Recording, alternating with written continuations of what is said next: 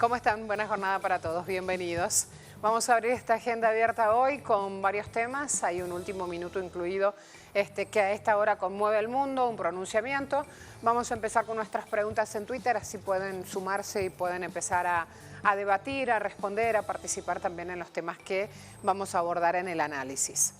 Si hablamos de lo que está ocurriendo en el mundo, vamos a tener que hay disputas por el gas que mueven el panorama energético. Preguntamos, a propósito de un encuentro que se hace hoy, hasta qué punto Unión Europea y Ucrania son capaces de hacer frente a nuevos cortes de suministro de gas ruso.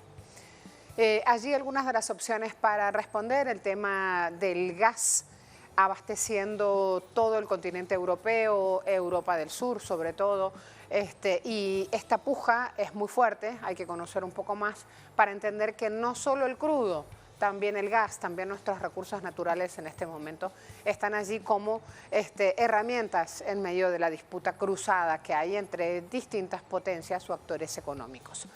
Hablando de economía, preguntamos qué tendrá el gobierno de Trump para los más de 50.000 empleados de General Motors que están protestando. Allí también algunas de las respuestas para empezar a participar, o escriben un poquito más y ustedes eligen dar su opinión. Cuando hablamos del último minuto, fíjense lo que tiene RT en su portal. Irán amenaza con una guerra sin cuartel si se produce un ataque militar en su contra.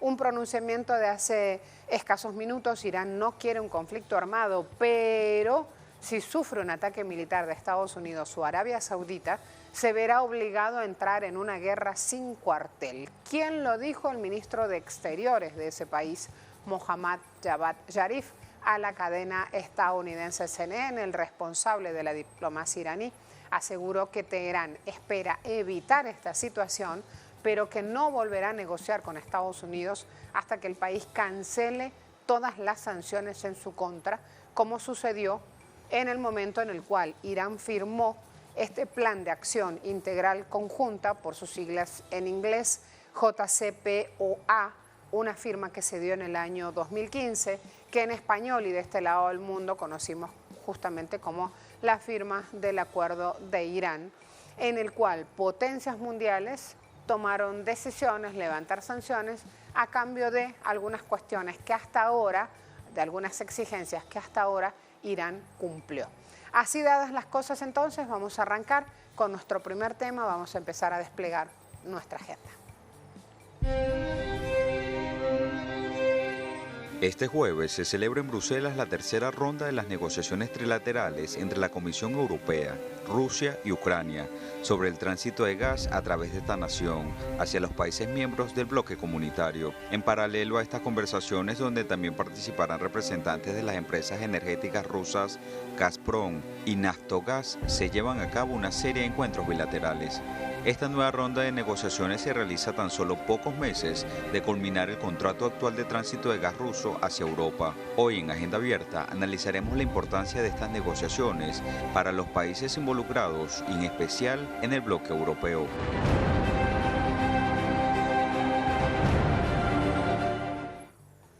Hay un portal ucraniano que se llama Ukrinform que está informando: comienzan en Bruselas negociaciones sobre este tránsito de gas ruso al mercado europeo a través de Ucrania.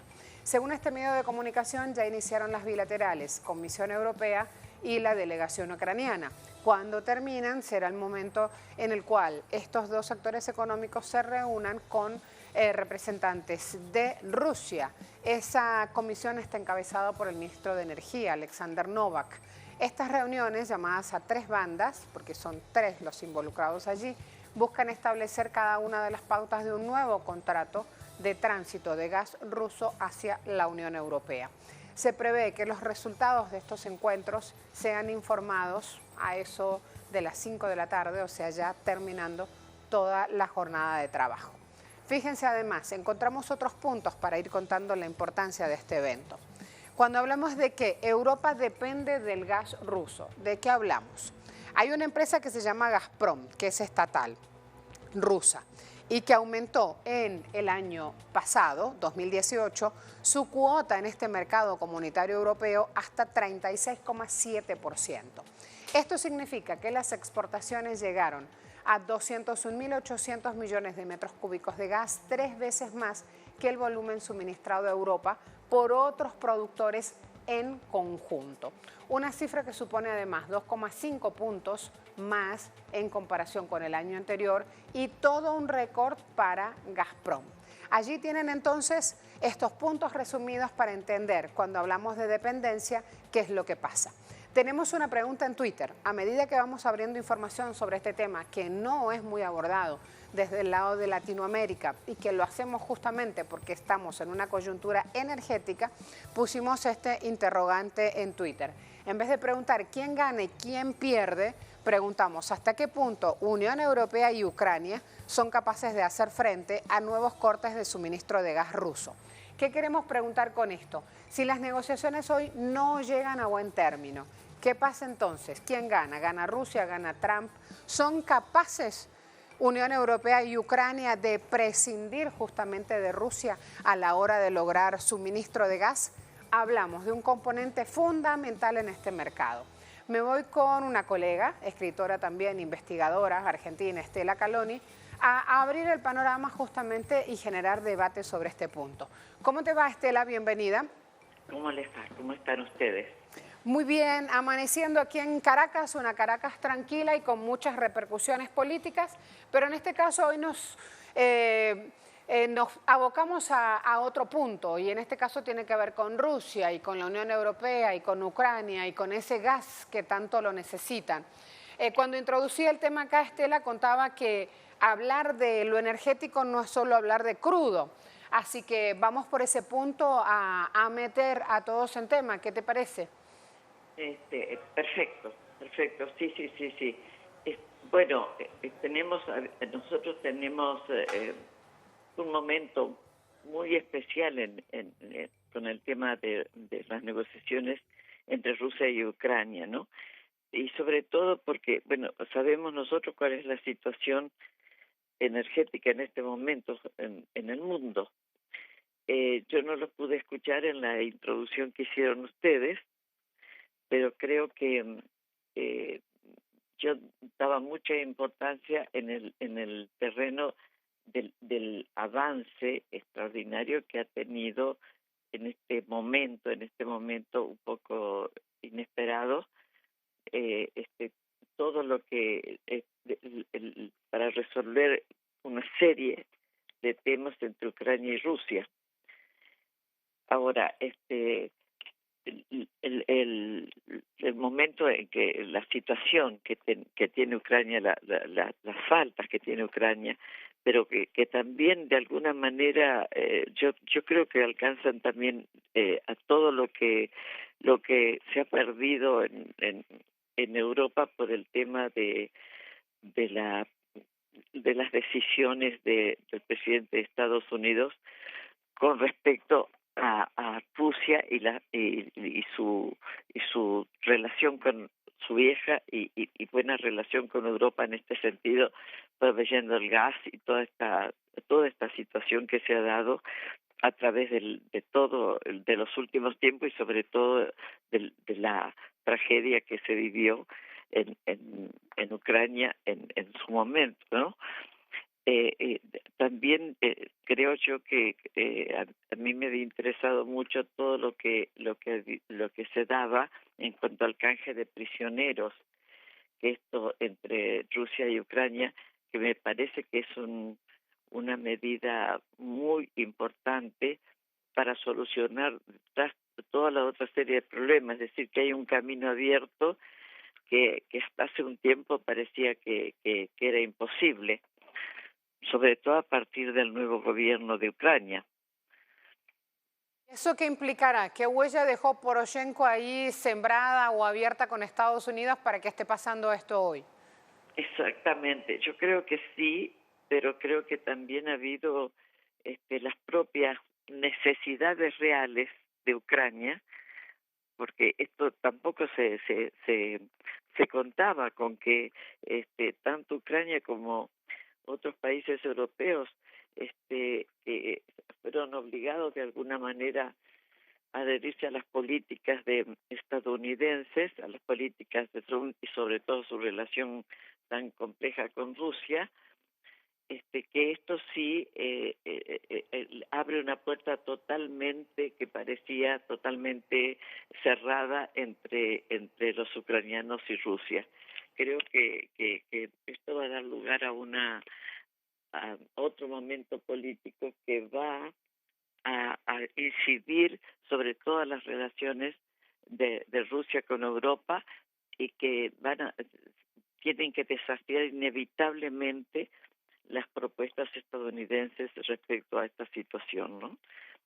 Sobre todo la Y Estela, hay un punto interesante, y es que Estados Unidos se ha pronunciado diciendo que, y abro comillas, que quiere ayudar a Polonia y a Ucrania a reducir su dependencia del gas ruso, pero ahora lo que propone Putin es ir con un contrato de 10 años que echaría abajo todo eso. Exactamente, yo creo que por eso me parece a mí que con este nuevo gobierno, yo creo que, yo no sé si vos lo considerabas que era como inesperado que dieran estos pasos, porque precisamente es exactamente lo contrario de lo que esperaba Estados Unidos. Este gasoducto Nord Stream 2 que planea llevar gas ruso directamente a Alemania vía el mar Báltico sin pasar por Ucrania y Polonia, va levantando repercusiones, ¿no? Va levantando grandes repercusiones y creo que va a modificar toda esa política un poco de la sumisión europea, porque toda Europa, no solo Ucrania, diríamos, no solo Ucrania, están muy afectados por las imposiciones de Estados Unidos con respecto a sus negociaciones con Rusia. Y pienso que esta negociación, muchos no esperaban, muchísimos analistas no esperaban que esto pudiera darse así. Estaba en el tema de los prisioneros y todo esto, pero nunca pensaron que podrían llegar a este momento donde creo que se ha dado un paso fundamental, es una apertura hacia el futuro, ¿no? Una apertura importantísima, porque yo creo que, no sé si tú piensas lo mismo, pero que yo creo que esto abre compuertas, y afecta toda la política que quiso imponer Estados Unidos en los últimos años y pone en escena realmente la importancia que tienen los intercambios que siempre ha habido entre Rusia y Europa, y vuelven atrás varios de los proyectos que Estados Unidos se había trazado con respecto a este momento histórico, ¿no? Pasa que una cosa es que diga Estados Unidos que lo quiere ayudar y otra cosa es que Ucrania esté dispuesta a perder miles de millones de euros justamente, que es lo que le pagan porque transita ese gas ruso por su territorio. Finalmente cuando aparecen los business, vemos que business es business, Estela. Claro, pero ellos no pueden arriesgar a perder todo esto de ninguna manera, pero el gobierno actual, del que no se esperaba mucho, ¿sí o no? No se esperaba demasiado el gobierno actual ucraniano. Yo creo que está tomando una medida responsable, no solo porque business es business, sino porque realmente no pueden, todo lo que Estados Unidos tampoco le había prometido, nunca les llegó. Y este momento, para mí, este es un momento histórico. Si esto sigue adelante así, en Ucrania primero habrá dado un paso extraordinario, bastante independiente, y también esto va a repercutir en toda Europa inevitablemente. Cuando hablamos de, en este momento, los problemas energéticos que tenemos, también sería bueno que planteemos las desventajas que lleva a toda Europa del Este, sobre todo esta situación. Porque que Ucrania se venga abajo con su, o más aún hay que decir, con su ingreso económico lleva más pobreza también a toda Europa del Este, y sin embargo Alemania no se muestra compungida y supuestamente es el gran motor de la economía europea. Quiero con este punto también ir a ver cómo una vez que aparecen los negocios, Estela, finalmente sobreviven los más grandes y los más pequeños quedan solos a la deriva. Exactamente.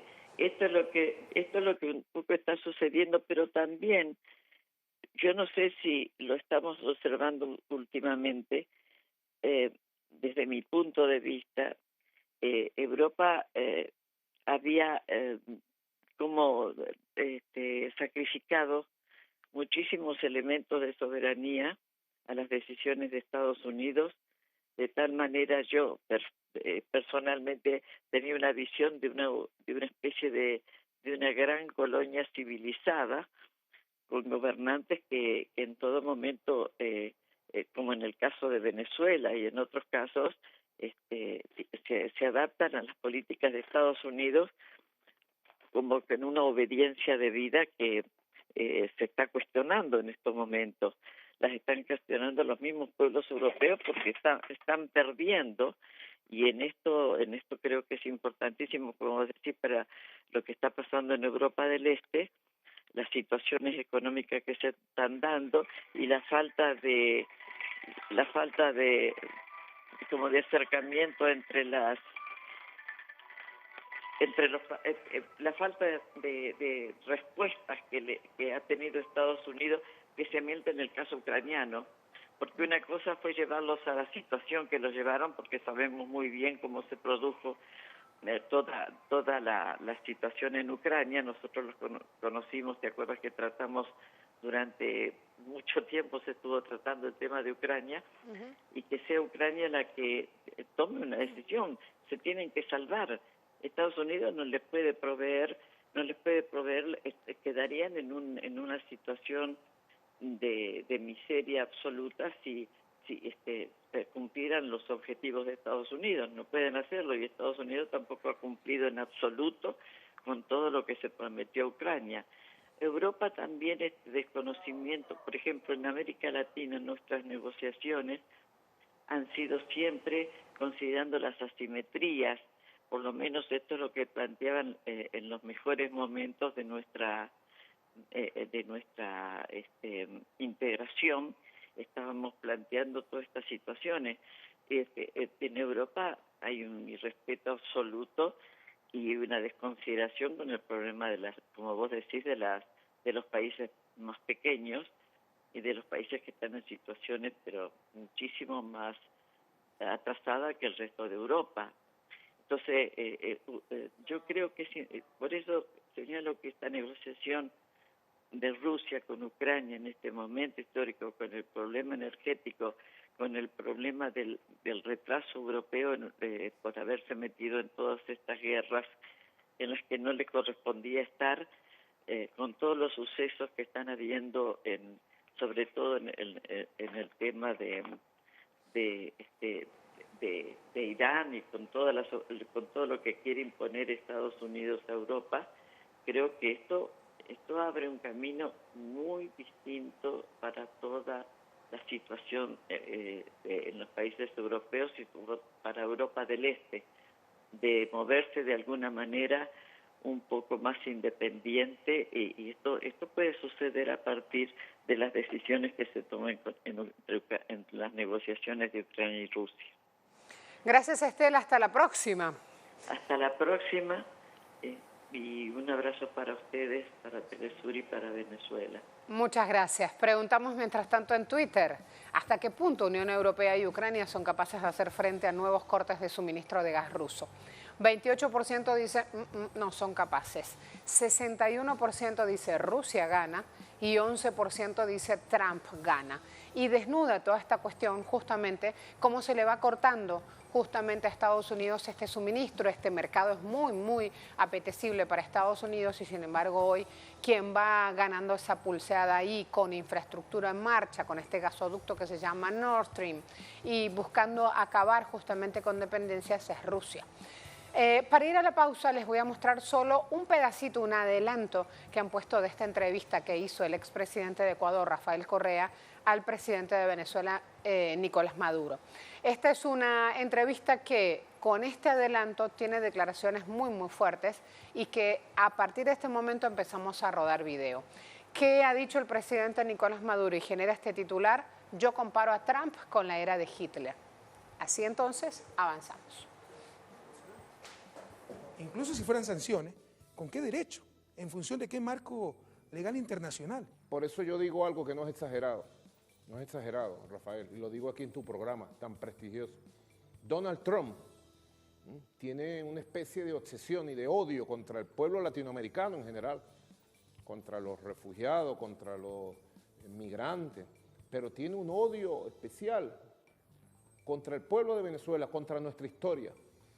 Y Donald Trump está agrediendo con ese odio al pueblo de Venezuela. Yo lo comparo con la era de Hitler, con lo mismo, la misma visión que impuso Hitler contra los judíos, contra el pueblo judío de Europa antes de la guerra, antes del año 39.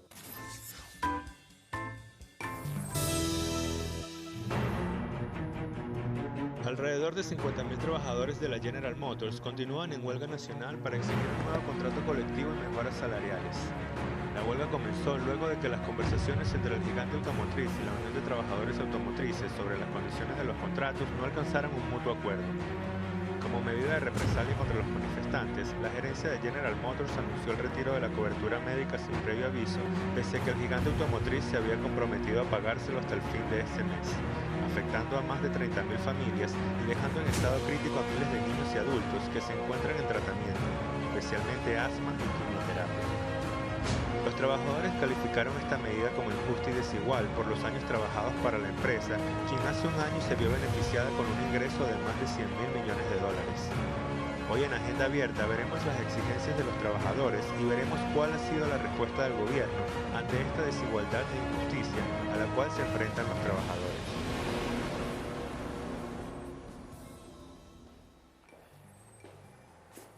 Fíjense aquí lo que dice Democracy Now! La huelga del sindicato del sector automotriz de Estados Unidos entra en su tercer día, con 50.000 trabajadores que exigen a la patronal que comparta sus millonarias ganancias. Mientras los miembros del sindicato United Auto Workers empiezan su tercer día de huelga, la patronal deja sin seguro de salud a las casi 50.000 personas que están en los piquetes protestando en toda la nación, exigiendo mejores condiciones laborales y un salario justo. Los trabajadores dicen que General Motors sigue negando sus demandas por mejores condiciones laborales, a pesar que fueron quienes llevaron a la compañía a registrar ganancias después de la bancarrota del 2009 y después del rescate que les hiciera el gobierno federal. Así las cosas, entonces vamos a ir a ampliar algunos puntos para conocer más de esta situación. ¿Qué exigen los trabajadores de General Motors? Salarios justos, servicio médico asequible, participación de los trabajadores en las ganancias, en las utilidades, seguridad en el empleo, un camino definido hacia la antigüedad para los trabajadores temporales. ¿Por qué? Porque aquí también se nota la precarización laboral, ¿sí? Fíjense que Gary Jones, presidente de la Unión de Trabajadores Automotrices, es muy claro con su pronunciamiento. Él dice: hemos sido claros en la mesa sobre lo que los miembros de General Motors han indicado que aceptaremos. Estamos defendiendo, dice él, lo que es correcto. Nosotros, como sindicatos locales, nos sacrificaremos para defender lo que merecemos. Allí tienen entonces al presidente de la Unión de Trabajadores Automotrices con su declaración. A esta hora voy a ir a sumar otra voz, y es la que nos aporta nuestro corresponsal en ese país. Jorge, bienvenido. ¿Cómo te va? Jorge Gestoso con nosotros. Desde Latinoamérica se habla y mucho de esta disputa, porque finalmente volvemos al viejo escenario donde patronal y empleado piden justamente ser tenidos en cuenta a la hora de compartir utilidades y no solo piden otras mejoras laborales. Creo que es un punto importante y que está bueno también mencionar que en el corazón de Estados Unidos está pasando esto. ¿Qué te parece? Pues mira, Marcela, lo interesante, quizás lo entre comillas anecdótico de esta situación de General Motors, de la compañía General Motors, y esta huelga de 3 días que ya llevan prácticamente los 50.000 trabajadores que están agrupados en ese sindicato, es que a nivel de campaña electoral se sataniza la idea del socialismo. El socialismo es mala palabra, socialismo igual a comunismo. socialismo y comunismo en Estados Unidos es: me van a poner la mano en el bolsillo, me van a sacar las cosas que tengo, me forzar a hacer lo que yo no quiero, el Estado se mete en mi vida personal. Sin embargo, y esto es lo anecdótico, por usar una palabra, Marcela, en el año 2008, cuando hubo aquella crisis mundial desde el punto de vista financiero, General Motors se declara en bancarrota, es decir, en quiebra.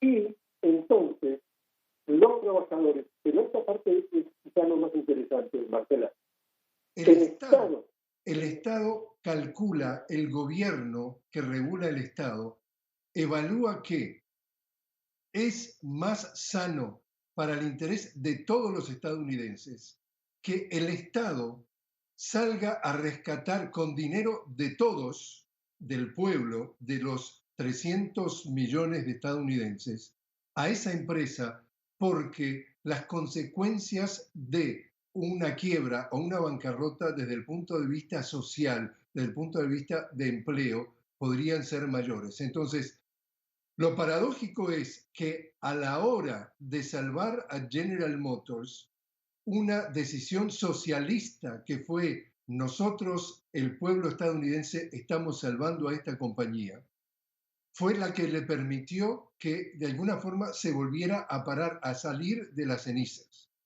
Sin embargo, a la hora de repartir las ganancias, porque después de 10 años las ganancias que están teniendo son récords, es decir, estamos hablando de más de 10.000 millones de dólares de ganancia en el último año 2018, no quiere repartir ni siquiera algo que tiene en sentido común de hacerlo con sus empleados. Es decir, lo anecdótico es: en Estados Unidos, a la hora de salvar a las grandes empresas, el socialismo está bien.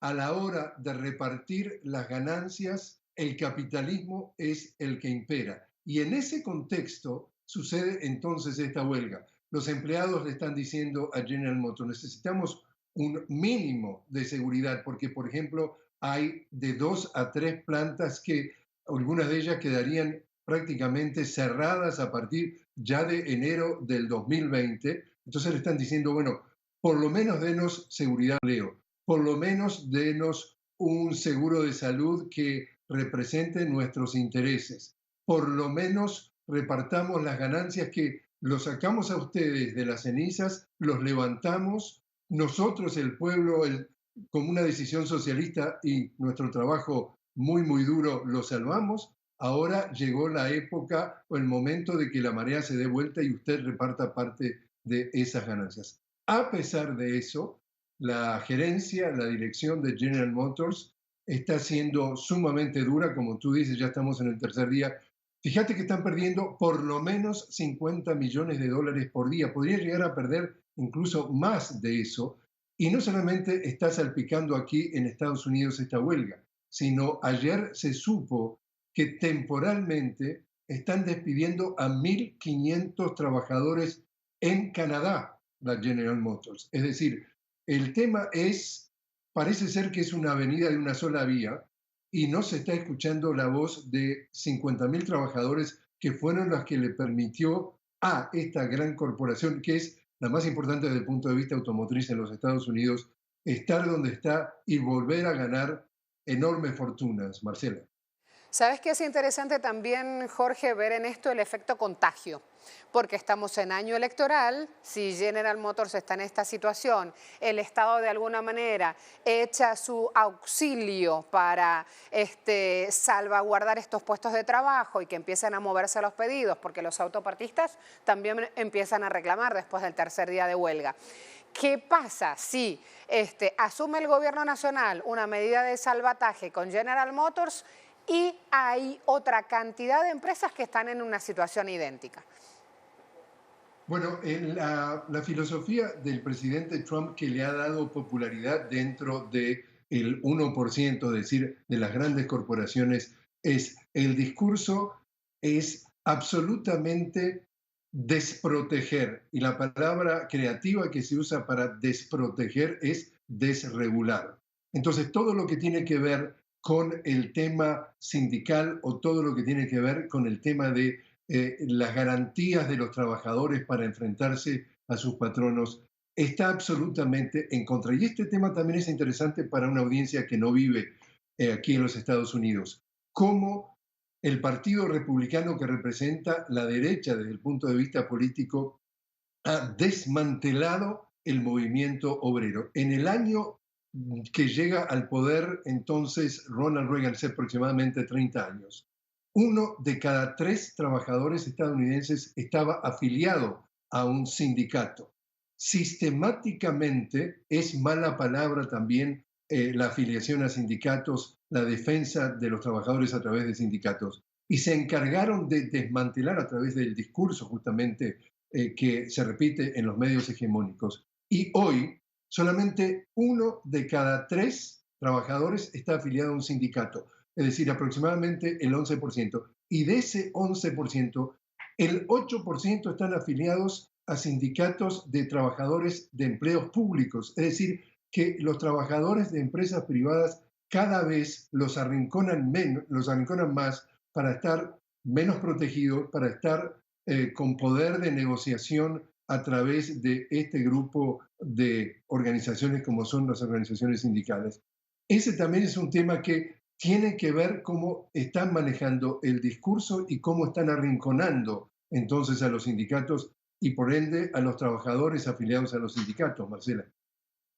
Jorge, y nos lleva a otro capítulo que lo abordaremos en otros encuentros y es la precarización laboral en Estados Unidos, porque no es solo que se creen o se sostengan puestos de trabajo, sino en qué condiciones se hacen, y no vale solo en este caso para Estados Unidos, sino para todos nuestros países. Como estamos metidos muy de lleno ya en temas económicos, me voy a quedar con economía, Jorge. Te despido, gracias por este tiempo. Al contrario, gracias y tengas un buen día entonces, Marcela. Muchas gracias. Fíjense aquí, presentamos temas económicos y vamos a abrir con México. De allí ya empiezan a sonar algunas voces hablando a GM diciendo cuidado con lo que van a hacer, que si estornudan de aquel lado, nos soplan también del otro lado del muro que quiere construir Trump.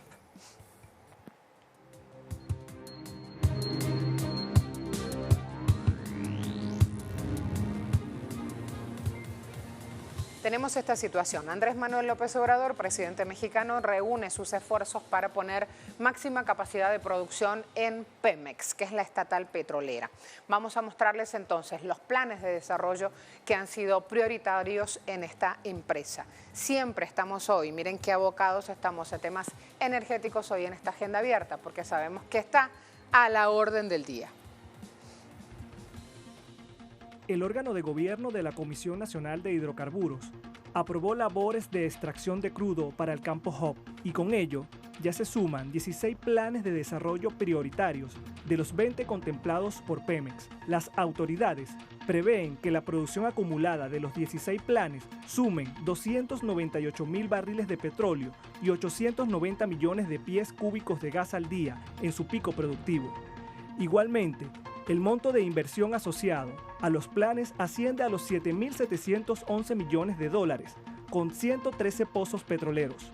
Particularmente, el campo de Hub está localizado en aguas territoriales del Golfo de México, frente a las costas de Tabasco, y su área de extracción supera los 16.200 kilómetros cuadrados.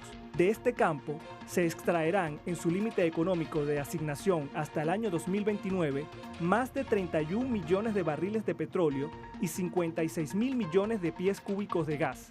En agosto del año 2013, por iniciativa del expresidente mexicano Enrique Peña Nieto, había entrado en vigor la reforma energética, permitiendo la ruptura del monopolio de Pemex para la explotación y exploración de petróleo y gas, así como la apertura de licitaciones. La meta para reforzar la estatal Pemex al final del sexenio gubernamental de Peña Nieto no dio los resultados esperados por la baja productiva del crudo en el país.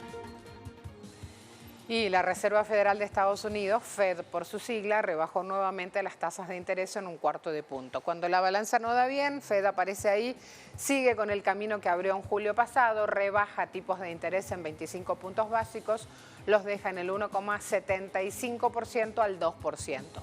Fed también revisó al alza pronósticos de desempleo y espera ahora una tasa del 3,7% para final del 2019, comparado con el 3,6% de junio pasado.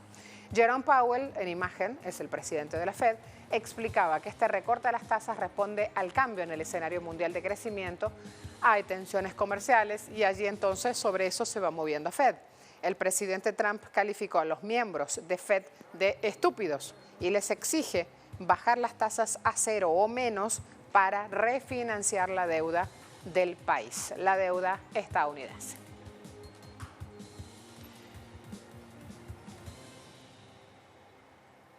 Vamos a dejar en este momento la cuestión económica de lado para ir a hacer en pantalla a mostrar una actividad donde ciudadanos venezolanos exhibieron cientos de zapatos pertenecientes a migrantes en una plaza de la capital de Colombia.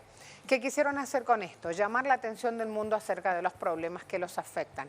Especialmente piden el fin del tratamiento xenofóbico que reciben en ese país. Venezuela, que es tan generosa con los migrantes y sobre todo con la cantidad de migrantes colombianos que ha recibido y recibe a la fecha, tiene esta respuesta con los venezolanos que están de ese lado del mundo.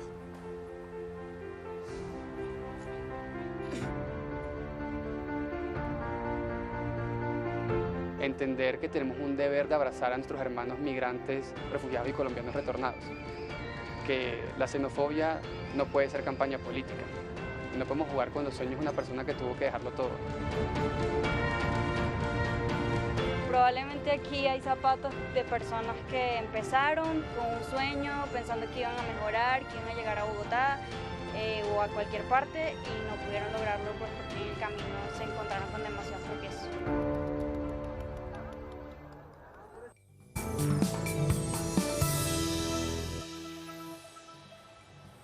Un tema muy delicado se da en Chubut, sur de Argentina, en la Patagonia. Esa Patagonia próspera, fecunda, de otra época, tiene hoy a la provincia más endeudada del territorio nacional en una situación social dramática. 2 docentes muertas en episodios de represión policial, están las escuelas cerradas en Argentina y están los docentes en paro nacional en Argentina. Con el dolor multiplicado por haber perdido a 2 colegas, los docentes desde Buenos Aires hasta la región más austral encabezan hoy este paro nacional solidarizándose con los docentes en la provincia de Chubut, que no han cobrado desde hace meses y que no saben cuándo van a cobrar. Así están los trabajadores públicos en esta provincia del sur argentino. CETERA, que es el gremio que agrupa a los docentes, tras el hecho que sufrieron 5 maestras chubutenses, 2 de ellas fallecidas, cuando regresaban de una manifestación, hacen valer su protesta en todo el país, concentrándose, haciendo marchas. Miles de guardapolvos, que es el uniforme escolar en Argentina, el guardapolvo blanco que distingue a la educación pública, se unen ya desde tempranas horas en plazas, en calles del país, en un duelo colectivo al que se suman maestros también del sector privado. La educación está de luto en Argentina. Esta es la frase que retumba desde el lunes por la noche en el país, cuando se conocía la triste noticia de este accidente de las docentes que, como muchas de sus colegas desde hace 9 semanas, vienen encabezando continuas movilizaciones por los sueldos adeudados. Muy dura. Esta imagen muestra justamente a toda la plana nacional, a todo el gremio con Baradel allí enfrente, a todos los gremialistas argentinos poniéndose de pie justamente y solidarizándose con Chubut a raíz de lo que ocurre. Ayer yo les contaba en Impacto Económico que esta provincia recibe una fuerte afluencia turística. Aquí es donde se hace avistaje de ballenas, aquí es donde otrora se sembraba, aquí es donde los recursos naturales, el agua dulce, le hacen un tesoro muy preciado y donde también los terratenientes y las transnacionales han ganado espacio. Así que este es un tema en sí para analizarlo, para desmenuzarlo y para conocer de cerca lo que pasa. La Patagonia que nos venden, las vaquitas, como diría una canción, ya son ajenas, no son nuestras. Atentos con eso. Me voy a otro punto, a reseñar también otra información a esta hora, a seguir mostrando hechos que ocurren en nuestra Latinoamérica. Vamos a cambiar. El AR de Chubut también está reflejado en un medio, hago rapidito este paréntesis, en un medio, por ejemplo, de comunicación de Rusia, como lo es Sputnik. AR de Chubut, paro docente, duelo y protestas incendiarias en la provincia argentina.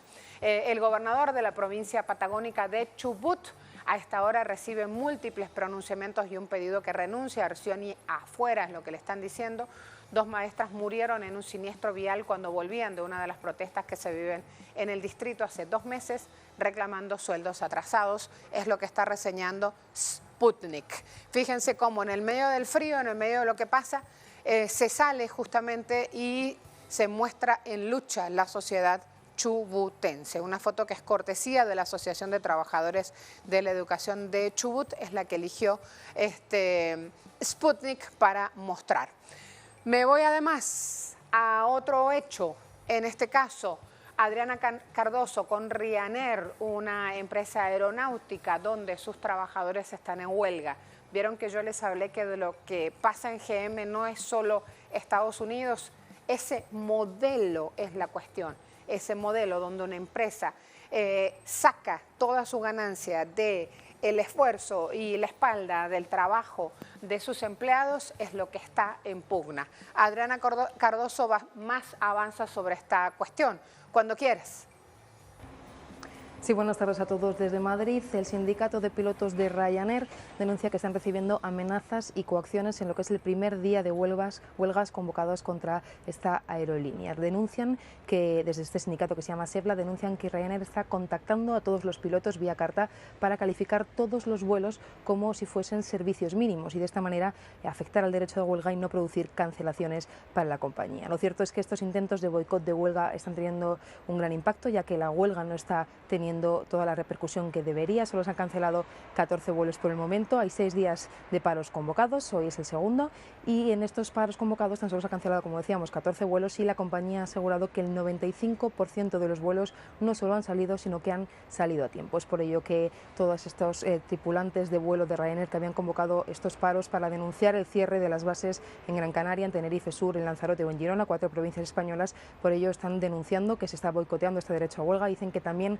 Ryanair está contactando con el 125% de la plantilla para intentar cubrir estas huelgas y también está haciendo contrataciones extranjeras, dos ataques directos contra lo que viene siendo el derecho a huelga. Por ello, han denunciado incluso frente al Ministerio de Fomento aquí en España para denunciar estos intentos de manipulación de la compañía, estos incumplimientos de los contratos y también para denunciar estos ataques constantes contra la libertad de huelga que está realizando Ryanair.